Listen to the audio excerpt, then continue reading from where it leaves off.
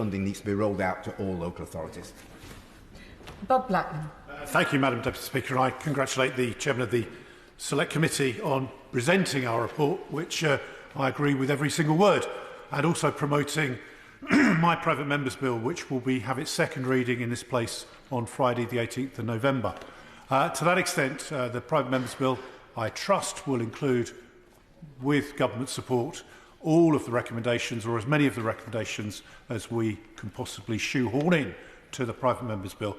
And we will have a members' briefing on Wednesday the 2nd of November at 2:15 in room W1.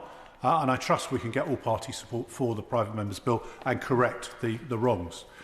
Does my honourable friend agree with me that one of the key issues here is making sure that local authorities can determine which homes are set up in their local area because they know best, rather than having to deal with the consequences of one of these homes being set up and then trying to close it down?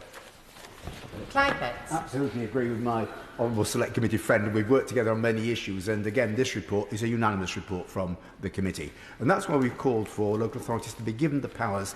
The government has laid down some guidelines on standards, but they're not enforceable. So it's no use, in this sort of situation, it's no use saying to the providers who are making millions of pounds of money, oh, please don't do it.